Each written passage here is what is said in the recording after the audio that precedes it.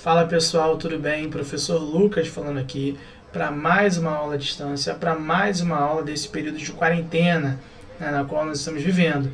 E assim como eu faço em todas as nossas aulas, né, o recadinho que eu espero que todos vocês estejam bem, que todos vocês estejam em casa, se possível, obviamente. Se não for possível, que vocês saiam usando máscara, que levem o álcool gel, né, que evitem levar as mãos aos rostos, né, de vocês, para vocês se protegerem o próximo, protegerem quem está ao redor de vocês e a gente conseguir sair dessa situação calamitosa o mais rápido possível. Quanto mais cuidado a gente tomar, quanto mais, né, a gente seguir as recomendações dos órgãos sanitários, dos órgãos de saúde, a gente vai conseguir se livrar dessa situação, né, e a gente vai poder voltar à normalidade.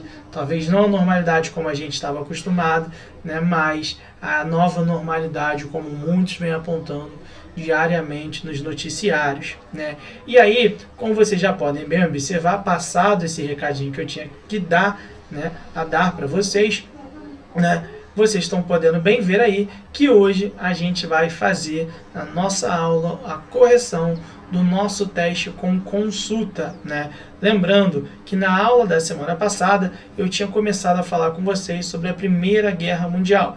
O nosso conteúdo de Primeira Guerra Mundial vai ser dividido em duas partes. A primeira, que a gente falou na semana passada, a gente apontou sobre os antecedentes, os fatores que levaram à Primeira Guerra Mundial. E hoje, e na semana que vem, a gente vai começar a falar sobre, né, as fases e as consequências da Primeira Guerra Mundial. Só que hoje a gente vai fazer a correção do nosso teste com consulta, que faz parte, né, da avaliação, é uma das partes, né, da avaliação desse primeiro bimestre, desse período de quarentena, desse período, né, EAD que nós estamos vivendo, né, estamos, né, nos adaptando cada vez mais a essa realidade, né, por mais que a gente seja sempre a favor, a gente goste muito mais, né, das nossas aulas presenciais, que são muito mais interessantes. Porém, esse momento, né, existe o sacrifício, né, de todos nós para a gente tentar resolver essa situação o mais rápido possível, né, gente? Mas vamos lá, né? Como eu já apontei para vocês, hoje, né, a gente vai falar sobre o nosso teste com consulta. E aí, quando a gente vai falar do nosso teste com consulta, antes de tudo, eu preciso fazer com vocês uma correção, eu preciso fazer com vocês uma avaliação, vamos dizer assim, qualitativa, né, do que eu venho observando, né, nos trabalhos, né, que eu já recebi, né, porque o prazo de envio já passou, terminou na última semana, né? Eu estou gravando essa aula aqui na segunda-feira, dia 25, né? E então eu preciso fazer uma análise com vocês.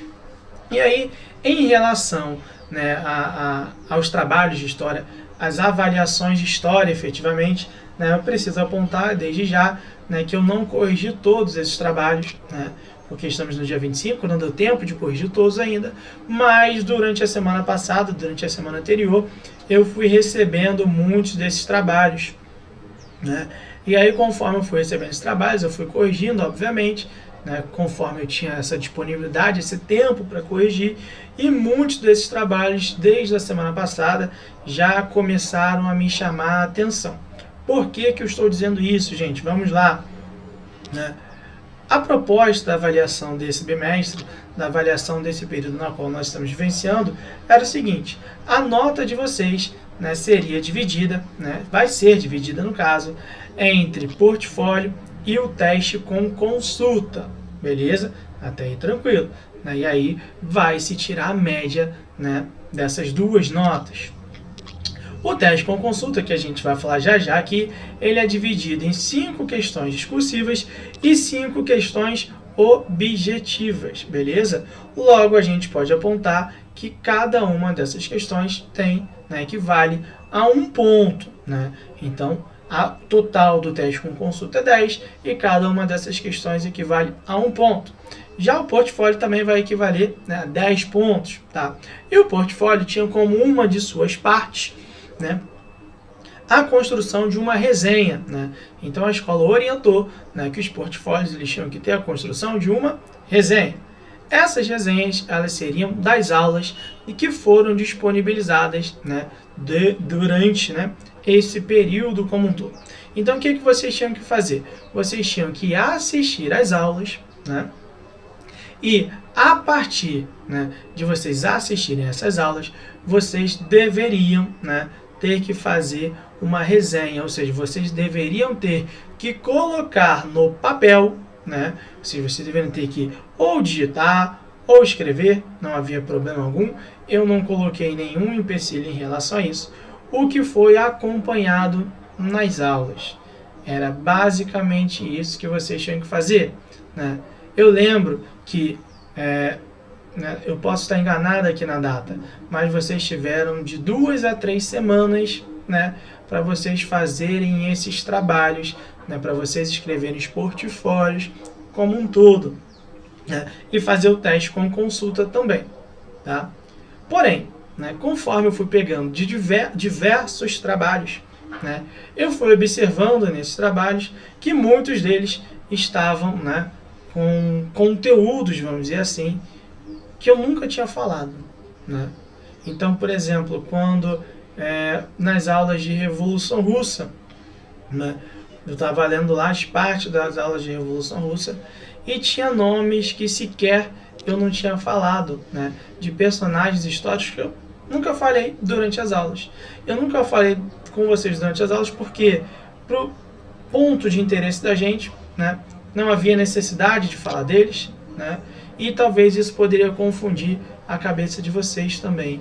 Então, assim, durante as aulas eu falei alguns nomes, por exemplo, eu falei os nomes dos imperadores, dos czares russos, falei o nome do Kerensky, falei o nome do Lvov, falei o nome do Lenin, falei o nome do Stalin, falei o nome do Trotsky, falei bastante nomes até, né? Porém, né, eu falei só esses nomes, porque eram nomes que eram extremamente relevantes. E aí, conforme eu fui pegando alguns trabalhos, eu fui observando que nesses trabalhos, né, havia informações que eu nunca havia colocado, né, e algumas dessas informações que foram colocadas em alguns trabalhos também nem estavam corretas. E aí que eu fui observando, fui analisando com maior cuidado os trabalhos, e aí conforme eu vi informações, né, que eu nunca havia apontado, né, em nenhuma dessas aulas, eu fui pesquisar na internet. E para minha surpresa, para minha infeliz surpresa, né, vamos colocar assim, eu vi diversos trabalhos com cópias integrais da internet. Então eu vi diversos trabalhos que foi simplesmente Ctrl+C, Ctrl+V, né, que passou a impressão de que quem fez o trabalho simplesmente não tinha assistido às aulas, só tinha ido na plataforma ver o nome, o conteúdo, no caso, perdão, da aula, ou seja, aula República Oligárquica Conceitos, e foi na internet pesquisar os conceitos da República Oligárquica. Ou foi na internet ver informações sobre a Revolução Russa, pegou, copiou e colou, né? E jogou ali no trabalho, né? Trabalhos, por exemplo, que eu vi, o hiperlink, né? O que é o hiperlink? Quando tem algum site e no site, durante o texto, né, que está lá, há um link, né, em uma palavra para você acessar uma outra página. Então, quando eu estava lendo o trabalho e passava o mouse por cima, aparecia da onde vinha, né, qual era a origem já daquele site. Então, em alguns casos eu nem precisava simplesmente pesquisar, por conta de toda essa situação, gente. Então, assim, o que eu enxerguei bastante nos trabalhos de história, em muitos trabalhos, né, que tiveram diversas cópias integrais da internet. E aí, cópia integral da internet, tá? Qualquer cópia, ela é considerada plágio. Se ela é considerada plágio, ela é ilegal. Ela é considerada, inclusive, né, dependendo de uma situação que exija mais disso, é considerada crime. Então, por exemplo, se numa monografia, que é um trabalho de conclusão de faculdade, que é um trabalho de graduação, conclusão de graduação, se for comprovada plágio, essa pessoa ela vai responder por um crime. E aí ela pode não conseguir se formar naquele curso lá, qualquer curso que ela estiver fazendo. Então, Quando você vai colocar a informação que não foi você que escreveu, você tem que dar referência. Você tem que indicar da onde você retirou, de quem você retirou isso. Né? Porque não é, né, uma produção intelectual sua, não é uma produção original sua. E aí, em trabalhos, a gente tem que fazer isso. Então, por exemplo, você poderia chegar, né, num trabalho, né, e colocar nesse trabalho referências de fora, não tem problema no portfólio. Você poderia colocar informações de fora, mas desde que você deixasse claro, né, que era uma complementação do que foi trabalhado na aula. Poderia se colocar, isso aqui não foi trabalhado na aula, mas dentro das minhas pesquisas, né, eu vi isso daqui e achei interessante, então poderia colocar isso. Porém, o foco do trabalho era de que fosse uma produção original, né, baseada, tá, no acompanhamento das aulas na plataforma disponibilizada da escola. Logo, dessa forma, como em muitos trabalhos não aconteceu isso, prejudicou de uma maneira absurda a qualidade dos trabalhos em si. Então, muitos trabalhos tiveram sua qualidade prejudicada por conta disso, tá? E aí, quando eu digo qualidade, não é porque um fez digitado e o outro fez manuscrito. Não, até porque eu não criei empecilhos algum para isso, tá? Porém, os trabalhos, muitos foram copiados, infelizmente, isso me deixou extremamente chateado, né? Me deixou extremamente chateado porque muitos foram copiados. Além do mais, quando os trabalhos não foram copiados da internet, né, passou-me a impressão de que muitos, tá? E aí digo porque me passou a impressão que muitos trabalhos, eles simplesmente foram compartilhados entre alunos. Por quê? Porque eles estavam escritos na mesma ordem, com as mesmas palavras, com os mesmos erros, tá? Sejam erros ortográficos ou sejam erros históricos, erros de conteúdo em si, tá? Então, assim, eles estavam na mesma ordem. Então, assim, gente, o trabalho, como foi colocado, é um trabalho para ser original, é um trabalho individual. Quando você assiste a aula, tá? Quando vocês assistem a aula, tá? Cada um vai ter a impressão, a própria impressão em relação a esses trabalhos, gente. Então, tiveram diversos compartilhamentos de trabalhos entre alunos. E eu consegui observar em vários desses trabalhos isso. Ou seja, copiados integralmente da internet ou copiados, compartilhados entre alunos. Infelizmente, isso trouxe uma consequência, né, extremamente negativa para a qualidade dos trabalhos em si, né? Então, assim, aqui, né, eu estou tentando apontar para vocês como isso me deixou extremamente chateado, né, porque o trabalho que eu falo, né, por mim, mas acredito que não só os professores da instituição, mas os professores de todo o país estão tendo, né, do mundo estão tendo nesse momento, é um trabalho, né, que é muito grande. E aí quando a gente vê alguns resultados como esse, assim, isso chateia um pouquinho a gente, né? Porque assim, é um momento complicado para todo mundo, né? E a gente vai ver, né, e quando eu enxergo esses trabalhos que foram copiados, né, eu fico chateado por conta disso, né? Então, assim, esses aspectos eles afetaram negativamente na qualidade dos trabalhos. Além disso, né, o que eu vi que afetou também de forma extremamente negativa foi a falta de cuidados em muitos trabalhos em relação à formatação do trabalho.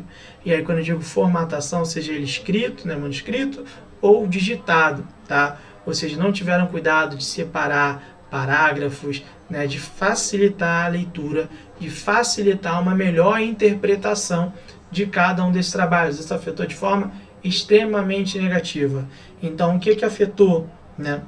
Isso de vários que eu já vi, obviamente não consegui corrigir todos, mas eu percebi que é um padrão muito forte, né? Cópias integrais da internet, tá? Né? O compartilhamento, né, entre alunos que fez com que muitos trabalhos tivessem, né, quase que copiados integralmente uns dos outros, tá? Além do mais, a falta de cuidado na formatação, ou seja, na construção do trabalho em si. Da mesma forma, tem que apontar também o outro ponto, né, do outro lado, que tivemos trabalhos que foram excepcionais, né? Tivemos 10, né, tivemos notas baixas, mas tivemos 10 também, né, trabalhos que são excepcionais, de uma qualidade, de um cuidado, de ter mostrado bastante, né, que assistiu às aulas. Então, assim, conforme eu ia lendo alguns trabalhos, eu estava lendo basicamente, né, com a minha voz, né, falando naquela aula. Eu ia lembrando, né, de cada momento das minhas aulas, porque elas estavam trabalhos que, assim, demonstrou com qualidade, né, como assistiram às aulas. Então, assim, gente, né, para a gente tomar esse cuidado, né, para a gente tentar tomar esse cuidado, porque muitos de vocês, a partir do ano que vem, já vão estar, né, nas universidades, se for do desejo de vocês, né, muitos vão seguir, né, outros caminhos, né, o caminho que achar, né, o melhor, que buscar, né, em si, porque nem todo mundo vai seguir a universidade, nem todo mundo quer seguir o caminho da universidade, né, mas principalmente para quem for seguir o caminho da universidade, né, e aí eu falo em relação a esses trabalhos especificamente, tem que se tomar cuidado, porque a partir do próximo ano é um caminho totalmente diferente. Então, assim, vocês vão seguir cada vez mais uma vida profissional. Então, tem que se tomar esse cuidado em si, né? Então, temos que fazer essa análise qualitativa dos trabalhos. Simplesmente, eu tenho que afirmar aqui que não foi o resultado que era esperado, né? Não há um resultado satisfatório em si, tá? Muitos trabalhos com diversos problemas, quando na realidade vocês podiam ter, desde o início das aulas, né, ter feito como se faz numa aula presencial.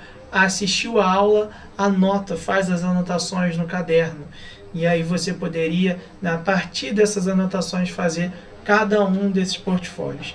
Então, nos portfólios de história, né, eu encontrei essa série de problemas, e muitos desses problemas se transportaram também para o teste com consulta. Por quê? Como aparentemente muitos não assistiram às aulas que foram disponibilizadas, muitas das respostas dos testes com consulta que estavam nas aulas, né, as pessoas simplesmente não souberam responder. Então, muitas das respostas elas estavam simplesmente nas aulas que eu disponibilizei. Da mesma forma, tá, encontrei em muitos testes com consulta, tá, respostas idênticas da internet.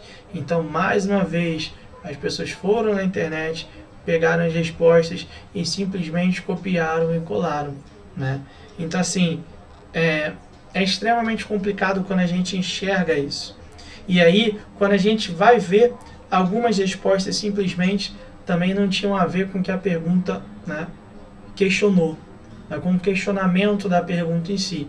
Então, isso foi um grande problema encontrado e impactou diretamente, né, na qualidade não só, né, do portfólio, como na qualidade do teste com consulta também, gente. Então, vamos nos atentar para isso, tá? O impacto é extremamente negativo na qualidade, né, desses trabalhos.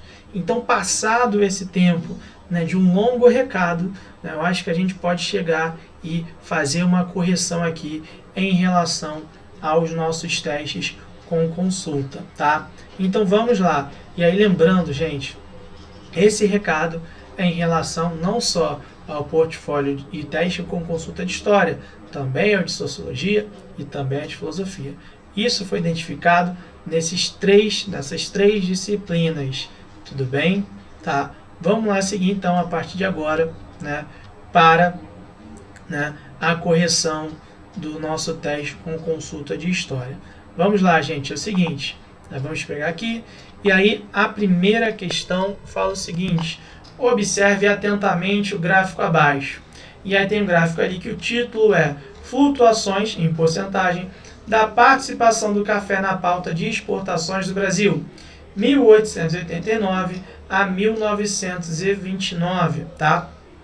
E aí tem um gráfico ali, né, que vai mostrando uma flutuação, e a pergunta ela vai falar assim para a gente, tá? Ela vem e fala: a tabela acima mostra que durante a República Velha o café era o principal produto da pauta de exportações do Brasil. O chamado Convênio de Taubaté, 1906, proveu os cafeicultores de importantes mecanismos para a continuidade da hegemonia do café dentre os produtos exportados pelo Brasil. Considerando essas informações, explique o que foi e como funcionava o Convênio de Taubaté, convocado em 1906 por grandes cafeicultores brasileiros. E aí, então a pergunta ela vinha e falava sobre o Convênio de Taubaté.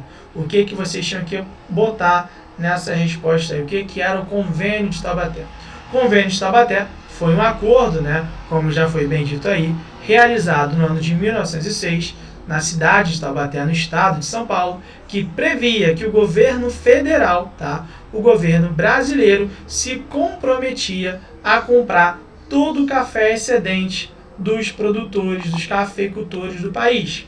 Então, o que isso quer dizer para a gente? Se o produtor produzia 100 quilos de café por ano e ele só conseguisse vender 50, o governo brasileiro se comprometeria a comprar todo o café excedente. A resposta era basicamente essa. Então, o Convênio de Taubaté, pretendia e organizava que o governo brasileiro se comprometia a comprar todo o café excedente do país. Ou seja, justamente para evitar que o valor do café, que tivesse muito café no mercado e o preço dele se desvalorizasse. Ou seja, ele queria fazer uma valorização, manter a valorização do café.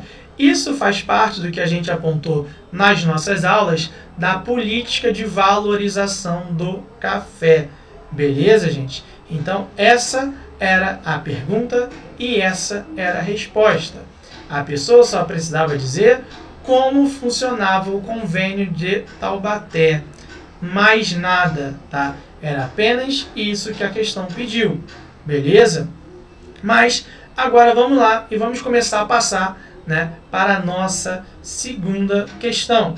A nossa segunda questão, ela vem mais ou menos na levada da primeira questão. Enquanto a primeira pedia para a gente para dizer como funcionava o Convênio de Taubaté, a segunda pedia para apresentar duas consequências para a economia brasileira da política de valorização do café adotada pelo Convênio de Taubaté. Então, essa segunda é quase que uma continuação da primeira questão. Então, o que a gente podia trabalhar? Que houve um endividamento do país, que o Brasil precisou se endividar, precisou pegar empréstimo no exterior para conseguir manter essa política de valorização do café. Então, podia apontar isso nessa questão. Outro ponto, outro aspecto que podia colocar é que, como focou no Convênio de Taubaté, na política de valorização do café, eles não conseguiam investir em outros setores do país, como saúde, como educação, essas coisas. Podia colocar também que houve uma desvalorização da moeda brasileira, em relação à moeda estrangeiras. Podia colocar também essa questão. E a gente também podia colocar que houve uma manutenção do preço do café no mercado externo. Porém, a gente vai observar que isso em um momento inicial. Mais à frente, a gente vai notar que vai ter uma desvalorização total do preço do café. Então, poderia seguir nessa levada de pensamento em relação a quais vão ser as consequências em relação ao Convênio de Taubaté. Então, quando colocasse isso, poderia explorar justamente. Então, o que tem que lembrar em relação à questão número 1 e à questão número 2? Os cafeicultores assumiram o poder lá no ano de 1894 com a figura do Prudente de Moraes. Ele foi o primeiro presidente oligarca a assumir a presidência do país, e dentro das medidas que esses presidentes oligarcas adotavam, a gente vai notar que talvez a principal delas vai ser a política de valorização do café. Ou seja, eles vão fazer, no caso, né, uma política econômica voltada para valorizar o preço do café e fazer com que os cafeicultores eles não se prejudicassem, tá? Eles não tivessem suas economias prejudicados, né, o seu lado financeiro prejudicado. Então a gente vai notar que a política de valorização do café, ela prejudicou a economia brasileira, ela prejudicou a economia nacional. Porém, tá, o bolso dos cafeicultores acabou sendo preservado. Então o país se endividou, tá, para benefício de um grupo da sociedade. Geralmente o que isso se coloca é de que houve um processo no país de socialização das perdas, tá? Então os lucros não foram socializados, porque os lucros ficaram nas mãos dos cafeicultores. Porém, as perdas elas foram socializadas com toda a nação brasileira, com todo o país, que se endividou para garantir o lucro, né, ou para evitar o prejuízo desses produtores de café, tá? Então a número 1 e a número 2, elas trabalham justamente com essa ideia. Até aqui, tudo bem, gente? Até aqui, super tranquilo? Então vamos lá, tá? Vamos para a questão número 3.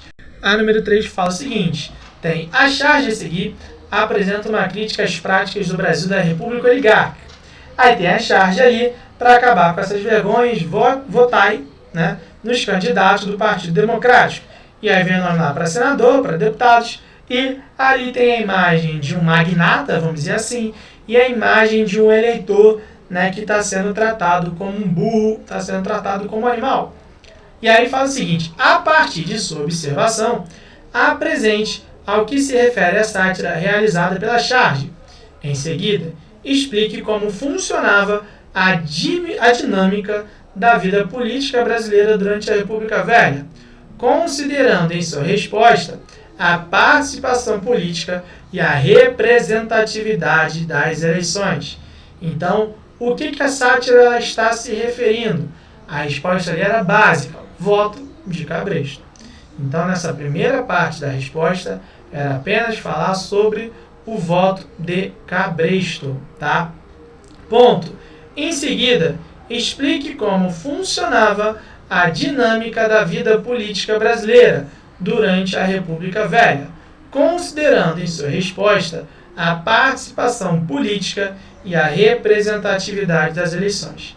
Nessa parte, vocês poderiam seguir diversos caminhos. Então, vocês poderiam colocar, basicamente, aquela ideia que a gente vai enxergar em relação, né, à questão do voto de Cabresto, a questão do coronelismo. Vocês poderiam colocar também a questão, né, da política dos governadores, da política de alianças. Então vocês poderiam explorar diversos aspectos aí, tá? Não teria problema algum. Então, se vocês seguissem esse caminho de explorar essa área, né, de principalmente coronelismo, principalmente do voto, não do voto de Cabresto em si, mas a ideia, né, da política do café com leite, essa questão estaria correta, não teria problema algum, beleza? Então, né, essa questão, primeira parte, como eu falei, vocês poderiam apontar sobre a ideia do voto de Cabresto, que era a única coisa que poderia falar. E, segundo, vocês poderiam falar sobre a questão, né, do direito ao voto, né? E aí vocês poderiam começar falando sobre o direito ao voto, né, que só podiam votar, né, homens, né, com uma certa idade, alfabetizado. Então, vocês poderiam falar que isso, por si só, já limitava o direito a voto, né? Então já havia essa questão, e aí vocês poderiam começar a colocar sobre a questão do coronelismo, dos currais eleitorais, né? Seguir essa levada e também incluir, né, como eu coloquei com vocês, a ideia da política dos governadores, que era baseada naquela questão de troca de favores, e assim vai, beleza? Então na questão 3, a gente poderia trabalhar justamente com essa ideia, valeu? Então, né, a 3, ela vai falar isso aí para a gente. Agora a gente vai partir para a nossa questão número 4, tá? E a questão número 4, ela vai falar o seguinte: a Primeira Guerra Mundial abalou profundamente todos os povos envolvidos. E as revoluções 17 e 18 foram, acima de tudo, revoltas contra aquele holocausto sem precedente, principalmente nos países do lado que estava perdendo.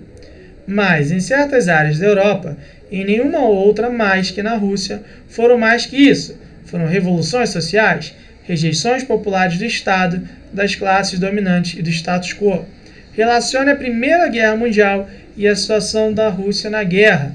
Isso, gente, também foi falado nas nossas aulas, Nas nossas aulas sobre a Revolução Russa, a gente falou sobre a situação da Rússia pré-Revolução Russa, Então a gente falou que existia lá o czarismo, a gente falou a péssima situação de vida da população, que inicialmente era agrária, e aí conforme foi ocorrendo o processo de Revolução Industrial e urbanização, a situação não mudou muita coisa, então havia uma exploração muito intensa da classe camponesa, de diversos grupos da sociedade, enquanto se observava, obviamente, do outro lado, uma série de privilégios de nobres, da classe religiosa e um pouquinho mais à frente também da classe burguesa. E aí a Rússia entra na Primeira Guerra Mundial em 14, e aí um dos objetivos do czar Nicolau II, como a gente tinha colocado nas aulas, era de tentar recuperar a economia, tentar recuperar o prestígio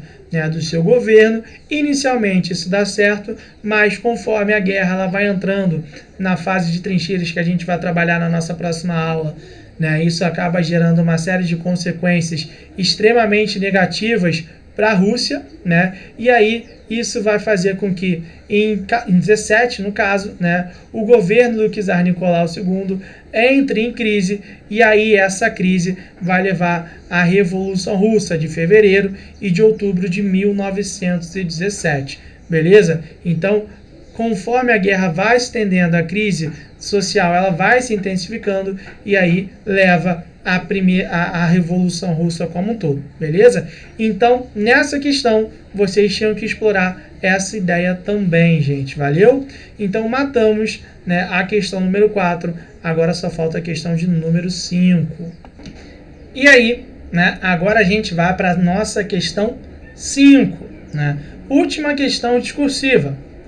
Ela fala o seguinte para a gente: a Revolução Russa de 17 significou a formação do primeiro Estado socialista do mundo, provocando uma ruptura no sistema capitalista mundial e influenciando os movimentos revolucionários no pós-guerra e a divisão do mundo em socialismo e capitalismo, com os consequentes conflitos de interesses. E aí vem a pergunta: o que eram os sovietes e qual o seu papel no processo revolucionário? Sobre os sovietes, a gente falou também nas nossas aulas, à distância. Em uma das nossas aulas, eu não vou lembrar agora qual dessas aulas, se não me engano foi a primeira aula de Revolução Russa, quando a gente falou, ou segunda, mas eu sei que foi uma dessas duas aulas, quando a gente falou sobre a questão no momento pós-Revolução de 1905, pós-Domingo Sangrento, quando o czar ele fez uma série de transformações, ele fez uma série de mudanças, E aí dentro dessas mudanças teve a criação da Duma e teve a criação dos sovietes, que eram os conselhos de operários, Dentro desses conselhos de operários, havia a eleição de representantes do povo, para esses representantes do povo começarem a pautar as demandas da sociedade. Eles foram extremamente importantes dentro do processo de Revolução de Outubro de 17, de outubro de 17, que foi a Revolução Bolchevique, Então eles tinham uma função extremamente importante. Então vocês tinham que colocar justamente essas ideias, que eram conselhos de comissários do povo, eram representantes dos operários, na qual eles iam buscar, eles tinham como responsabilidade, vamos dizer assim, atender as demandas né, desses trabalhadores em relação, né, ao governo, e eles tiveram um papel extremamente importante, um papel extremamente essencial, né, dentro da Revolução de Outubro de 17, que foi liderada por Lenin, que teve toda aquela ideia de todo o poder aos soviéticos. Beleza, gente? Então a gente mata aqui, né, a nossa questão de número 5, a nossa última questão discursiva que a gente estava trabalhando, valeu? Agora a gente vai passar para as nossas questões objetivas. Então vamos lá para a nossa questão objetiva. Então vamos lá, vamos prosseguir, né? Vamos para a questão número 6. Ela fala o seguinte: duas falsificações mais importantes dominavam as eleições da República Oligárquica: o bico de pena e a degola, ou apuração. A primeira era praticada pelas mesas eleitorais, com funções de junta apuradora. Inventavam-se nomes, eram ressuscitados os mortos e os ausentes, compareciam na feitura das atas. A pena toda poderosa dos mesários realizava milagres portentosos. O texto mostra que fraudes marcaram as disputas eleitorais brasileiras. Em relação a estes outros mecanismos de eternização no poder de certos grupos locais, é correto afirmar: a resposta dessa aí era a D. Com a degola e o bico de pena, a Comissão Verificadora dos Poderes encarregava-se de diplomar e declarar eleitos somente políticos partidários do governo federal. Lembrando, isso eu falei com vocês nas nossas aulas também.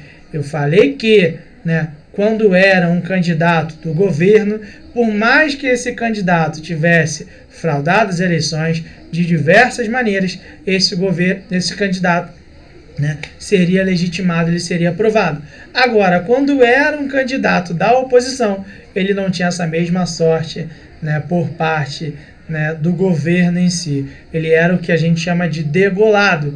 Então a Comissão Verificadora de Poderes, ela tinha como função justamente isso que eu falei, que eu trabalhei com vocês na nossa aula de República Oligárquica sobre os conceitos. Beleza, gente? Então, questão correta, opção correta era a letra D, tá? Agora a gente vai passar para a questão número 7. Vamos lá. A 7 fala o seguinte: na primeira eleição popular para a presidência da República do Brasil, em 1894, votaram 2,2% da população. Na última eleição presidencial da Primeira República em 1930, quando o voto universal, inclusive feminino, já for adotado, pela maioria dos países europeus, votaram no Brasil 5,6% da população. Somente na eleição presidencial de 1945 é que compareceram às urnas 13,4% dos brasileiros, número ligeiramente superior ao de 1872. Aí vem e fala aqui: no ano de 2015, mais de 70% da população brasileira participou do corpo votante, um número altíssimo se comparado ao início do século XX, logo após a proclamação da República. Sendo assim, no que tange aos direitos políticos, a Primeira República Brasileira, 1889 a 1930, fundou-se, e aí a resposta dessa aí era, resposta de número ó, letra A, limitando constitucionalmente o direito pleno à cidadania, justamente aquilo que eu falei com vocês, né, que para votar tinha que ser homem, maior de 21 anos de idade, né, tinha que ser alfabetizado, não podia ser praça, não podia ser de ordens monásticas, ou seja, havia uma série de regras, havia uma série de ordenamentos na qual deveria seguir para poder votar. Lembrando que eu falei com vocês nas aulas também que não havia nada na Constituição, e não havia nada mesmo, tá bom, gente, que falava que mulher não poderia votar. Porém, se criou, né, uma regra a partir de interpretações que falavam que as mulheres não poderiam votar. Então, naquela época, o direito, né, de poder votar, ele era limitado constitucionalmente. Beleza, gente? Tá? Então, assim, eu vi muita gente botando, até agora dos que eu corrigi, né, a opção C, assegurando o protagonismo às camadas mais baixas da sociedade. Não, gente. Não. Muito pelo contrário. Valeu, galera? Então, não tem nada disso. Não tem nada disso mesmo, tá? Agora vamos lá partir para a nossa questão de número 8. A questão de número 8, opa, voltou aqui. A questão de número 8 fala o seguinte: a Revolução Russa marcou uma nova fase na história da Rússia. O czarismo entrou em colapso e com isso a revolução tornou-se iminente. Analisando a imagem dentro do contexto histórico em que se desenvolveu a Revolução Russa, é possível concluir que ela faz referência à opção correta é a A, as teses de Abril propostas por Lenin durante o governo menchevique, que era liderado por Kerensky. Então, aquele lema que a gente colocou, que é paz, pão e terra, valeu? Então, a opção correta aí é a A, tá? Isso, né, só olhar pela foto já dava para ter essa noção. Agora, vamos lá, né, para a nossa questão número 9. A questão número 9 vem e fala o seguinte: em outubro de 17, os bolcheviques assumiram o poder na Rússia. A Revolução Russa 17 anunciou o fim do capitalismo e o início do comunismo em escala planetária. Sobre a Revolução Russa e a consolidação do socialismo soviético, todas as afirmativas estão corretas, exceto, e aí a opção correta é D. Foi um movimento isolado no processo de modernização da Rússia, empreendida pelo czar, refletindo os anseios dos grupos camponeses pela coletivização da terra. Não, nada a ver, gente. O czar, ele foi retirado por conta desse processo, tá? Não tem nada a ver a participação dele, muito pelo contrário. Valeu, gente? Então a opção correta aí é a D. Agora a gente vai para a nossa última questão, que é a questão número 10. E fala o seguinte: em 1921, o problema nacional central era da recuperação econômica. O índice de desespero do país é eloquente. Naquele ano, 36 milhões de pessoas não tinham o que comer. Nas novas e ruinosas condições da paz, o comunismo de guerra revelava-se insuficiente. Era preciso estimular mais efetivamente os mecanismos econômicos da sociedade. Assim, ainda em 21, no 10º Congresso do Partido, Lenin propõe um plano econômico de emergência, a nova política econômica, NEP, né?